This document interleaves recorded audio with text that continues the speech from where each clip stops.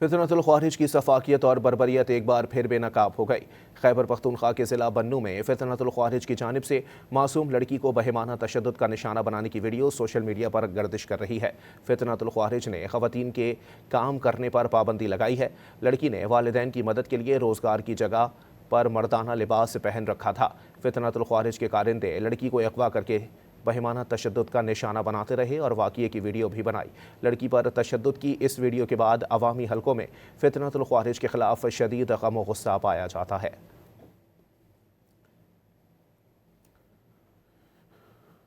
فتنۃ الخوارج کی سفاکیت اور بربریت ایک بار پھر بے نقاب ہو گئی۔ خیبر پختونخوا کے ضلع بنوں میں فتنۃ الخوارج کی جانب سے معصوم لڑکی کو بہیمانہ تشدد کا نشانہ بنانے کی ویڈیو سوشل میڈیا پر گردش کر رہی ہے۔ فتنۃ الخوارج نے خواتین کے کام کرنے پر پابندی لگائی ہے۔ لڑکی نے والدین کی مدد کے لیے روزگار کی جگہ پر مردانہ لباس پہن رکھا تھا۔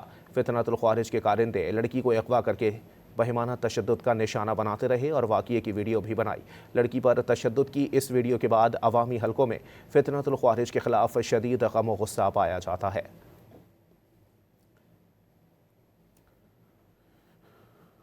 فتنۃ الخوارج کی سفاکیت اور بربریت ایک بار پھر بے نقاب ہو گئی۔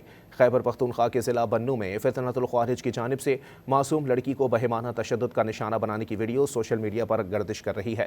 فتنۃ الخوارج نے خواتین کے کام کرنے پر پابندی لگائی ہے۔ لڑکی نے والدین کی مدد کے لیے روزگار کی جگہ پر مردانہ لباس پہن رکھا تھا۔